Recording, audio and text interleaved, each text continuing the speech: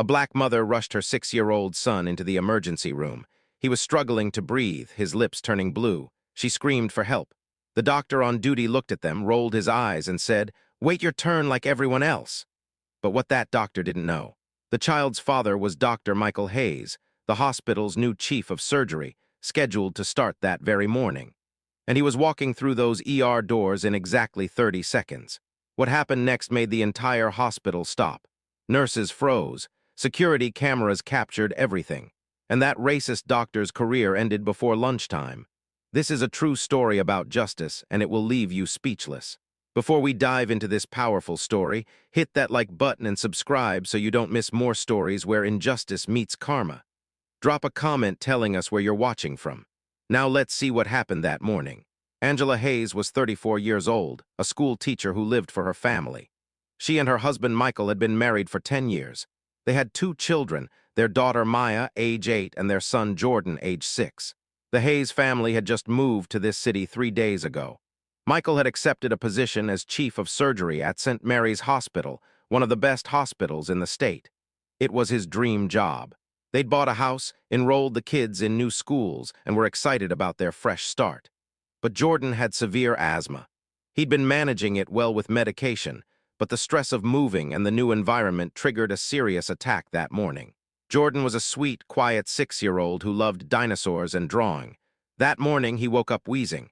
Within minutes, his breathing got worse. His inhaler wasn't helping. His lips started turning blue, a sign of oxygen deprivation. Angela knew the signs. This was a medical emergency. Her husband Michael had already left early for his first day at the hospital, an orientation meeting with the board of directors. She couldn't reach him by phone. She had to get Jordan to the ER immediately. She grabbed her son, ran to the car, and drove straight to St. Mary's Hospital, the very hospital where her husband was starting as chief of surgery that day. Dr. Raymond Pierce was 52 years old. He'd been an ER doctor at St. Mary's for 15 years. He was technically competent, but had a terrible reputation among staff for his attitude problem. Raymond grew up wealthy and privileged. He believed certain people were beneath him, especially people of color. He'd had multiple complaints filed against him over the years for discriminatory behavior, but the previous hospital administration had protected him because he came from a wealthy family that donated money to the hospital. That morning, Raymond was in a bad mood. He'd been called in early to cover a shift, and he was annoyed. When he saw Angela rushing in with Jordan, he made an instant judgment based on their skin color and Angela's appearance. She was wearing sweatpants and a t-shirt, having rushed from home without changing. It was 7:45 a.m. on a Tuesday morning. The ER was moderately busy, not packed, but steady. There were about 6 other patients waiting, mostly with non-urgent issues like minor injuries or flu symptoms. The head nurse on duty that morning was Linda Martinez, a 28-year veteran who had seen everything. She was professional, compassionate, and deeply respected by everyone, except doctors like Raymond Pierce, who treated nurses as servants rather than colleagues. What no one in the ER knew yet was that at that exact moment, 3 floors up, Dr. Michael Hayes was finishing his orientation meeting. He was about to come down to tour the ER, his first official walkthrough as the new chief of surgery. Angela burst through the ER doors, carrying Jordan in her arms. His breathing was labored, making a harsh whistling sound. His small chest heaved with effort. "Please, my son can't breathe. He needs help now," Angela's voice carried across the waiting room. Everyone turned to look. Several people gasped, seeing Jordan's blue-tinged lips. Dr. Pierce was standing at the nurse's station, filling out paperwork. He looked up, saw Angela and Jordan, and his expression immediately soured. "Ma'am, you need to check in at registration," he said dismissively, turning back to his paperwork. "My son is having an asthma attack. He's turning blue. He needs help now." Angela's voice was desperate. Nurse Linda stepped forward. "Doctor, the child appears to be in respiratory distress. We should—" "I said she needs to check in first," Pierce snapped at Linda. "We have procedures. But doctor, this is clearly an emergency." "Are you a doctor, Nurse Martinez?" Pierce's voice was cold. "No, then let me make the medical decisions." "Ma'am," he turned to Angela, "go to registration, fill out your paperwork, and wait your turn. We'll get to you when we can." Angela couldn't believe what she was hearing. "Wait my turn? My son can't breathe." "Look at him. Everyone here thinks their problem is urgent," Pierce said, waving his hand dismissively.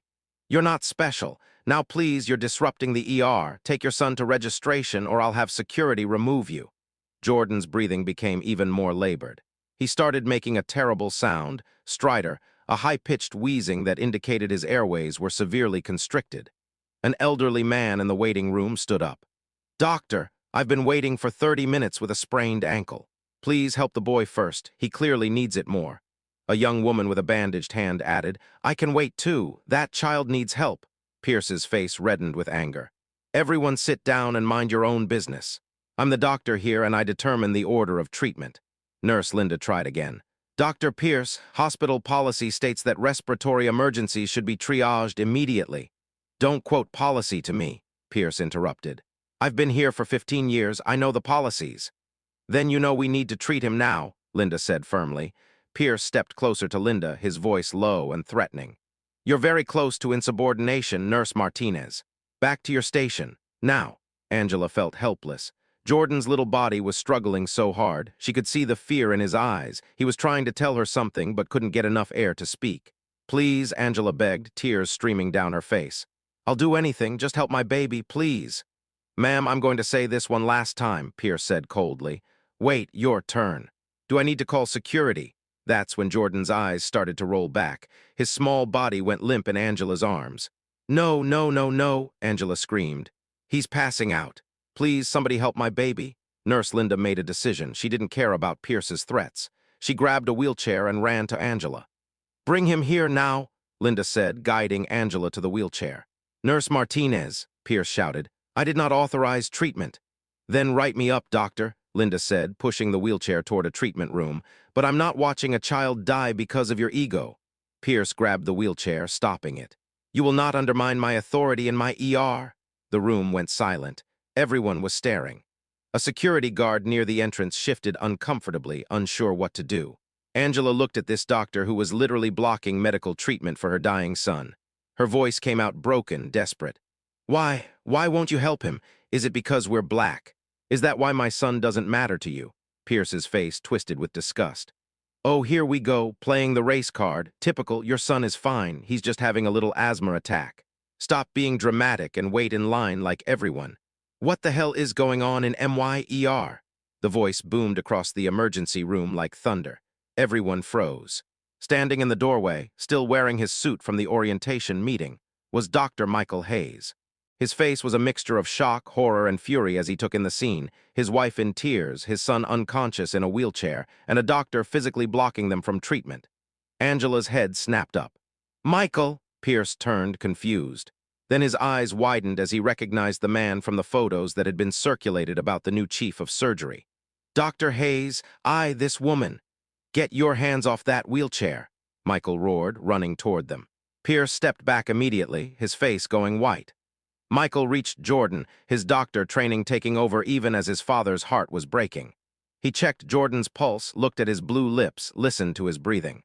"He's in severe respiratory distress. Oxygen saturation is critical. How long has he been like this?" Michael's voice was controlled but shaking. "About 10 minutes, Angela sobbed. "I brought him in immediately, but the doctor wouldn't." "Treatment room 3 now," Michael commanded, taking control of the wheelchair. "I need a pediatric nebulizer, albuterol, oxygen mask, and an IV line with corticosteroids." "Move," nurses sprang into action. Within seconds, they had Jordan in a treatment room. Michael personally placed the oxygen mask on his son's face, started the nebulizer treatment, and established the IV line with the precision of someone who'd done it thousands of times. "Come on, buddy," Michael whispered to Jordan. "Breathe for Daddy. You can do it." While Michael worked on Jordan, Nurse Linda stood in the doorway, blocking Pierce from entering. "Nurse Martinez, I demand you let me." "You're not going near that child," Linda said firmly. Hospital Administrator Catherine Wells had been paged and came running. She arrived to find Pierce trying to push past Linda. "What is happening here?" Catherine demanded. "That child is Dr. Hayes' son," Linda explained. "Dr. Pierce refused to treat him for 10 minutes despite obvious respiratory distress. He threatened to call security on the mother. He physically prevented me from providing care." Catherine's face went pale. "He what?" Pierce tried to defend himself. "I was following procedure. She didn't check in properly. I was maintaining order in the ER. You refused to treat the chief of surgery's child?" Catherine's voice was deadly quiet. "I didn't know who they were," Pierce protested. And that matters, WHY? The voice came from inside the treatment room. Michael emerged, his face a mask of controlled fury. You're saying you would have treated my son if you knew who his father was. But because you thought we were just some black family, he wasn't worth your time. Pierce's mouth opened and closed. He had no answer. Nurse Martinez, Michael said, his voice ice-cold. Tell me exactly what happened. Everything? Linda recounted the entire incident, Pierce's dismissiveness, his refusal to treat despite obvious emergency, his threatening her when she tried to help, his physical blocking of the wheelchair, and yes, the comment about playing the race card. Is there security footage? Michael asked. Every inch of the ER is recorded, Catherine confirmed quietly. Michael turned to Pierce. Dr. Pierce, you are suspended effective immediately. Security will escort you from the building. You will not treat patients, you will not access patient records, and you will not return to this hospital pending a full investigation. You can't do that, Pierce sputtered. You just started today. You can't just... I'm the chief of surgery, Michael said quietly. And according to my contract, I have authority over all medical staff in emergency situations. This qualifies. Miss Wells, do you have any objections? Catherine shook her head. None whatsoever. Dr. Pierce, you're suspended without pay pending investigation. If what Nurse Martinez says is confirmed by the footage, and I have no reason to doubt her, you'll be terminated and reported to the medical board. 2 security guards approached. Pierce looked around desperately, but every face in the ER was cold. The other patients had witnessed everything. The nurses had heard everything. There was no one to defend him. This is discrimination, Pierce tried one last time. You're only doing this because I'm white and... No, Michael cut him off. I'm doing this because you violated the Hippocratic Oath. You denied treatment to a child based on your prejudices. You let your racism almost kill my son. Race has nothing to do with my decision, but it had everything to do with yours. Pierce was escorted out. As he passed through the ER, not a single person made eye contact with him. He was already a ghost. Michael returned to the treatment room. Jordan was breathing better now, the oxygen and medication working. His color was returning. Angela was holding his hand, crying with relief. He's going to be okay, Michael said softly, putting his arm around his wife. He's going to be fine. Jordan's eyes fluttered open. Daddy, I'm here, buddy, I'm right here. Jordan was admitted to the pediatric ICU for observation. Within 2 hours, his breathing had stabilized completely. The doctors monitoring him said he'd make a full recovery, but noted that the delay in treatment could have been fatal. 10 more minutes without oxygen, and they might have been looking at brain damage or worse. The hospital security footage was reviewed. It showed everything: Pierce's dismissive attitude, his physical blocking of the wheelchair, his threatening Nurse Martinez, and his comment about playing the race card. The footage was damning. Catherine Wells called an emergency board meeting. The board members watched the footage in silence. When it ended, the chairman spoke first. Terminate him immediately. Report him to the state medical board. And someone explained to me how this man still worked here after 15 years of complaints. One board member, a longtime friend of Pierce's family, tried to defend him. Raymond has been here for years. Yes, he made a mistake, but he let a child nearly die because of racism. Another board member cut him off. This isn't a mistake, it's a pattern. How many other patients did he treat this way? How many complaints did we ignore? The investigation revealed the truth. Over 15 years, Pierce had 23 formal complaints filed against him, 18 from black patients, 3 from Hispanic patients, 2 from Asian patients. All had been dismissed or downplayed by previous administration. Dr. Raymond Pierce was terminated within 48 hours. His medical license was suspended by the state board pending a full investigation.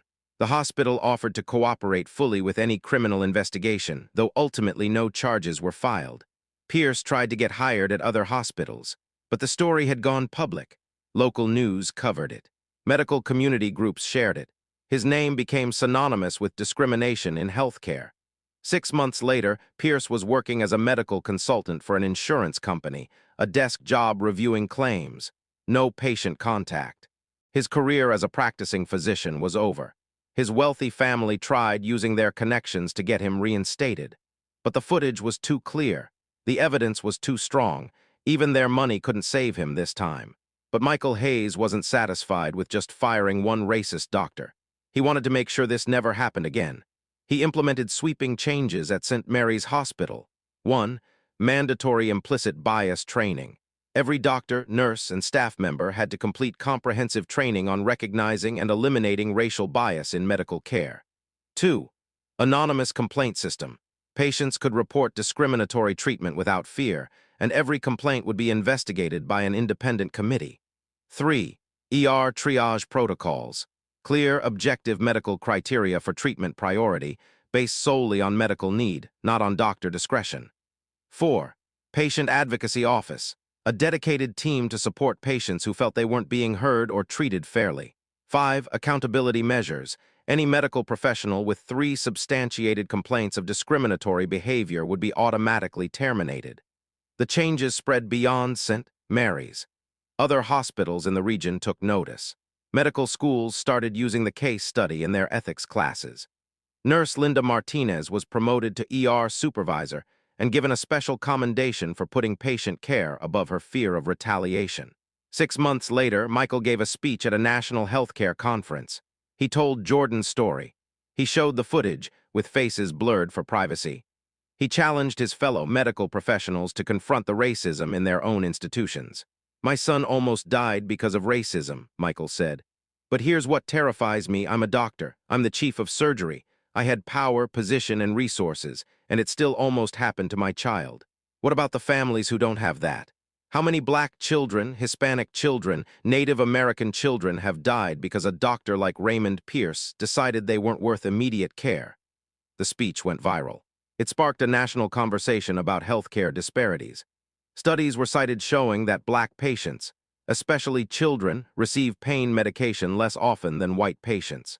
That black women die in childbirth at 3 times the rate of white women. That racial bias in healthcare is real, documented, and deadly. Angela Hayes went back to teaching, but also started speaking at community events about health advocacy.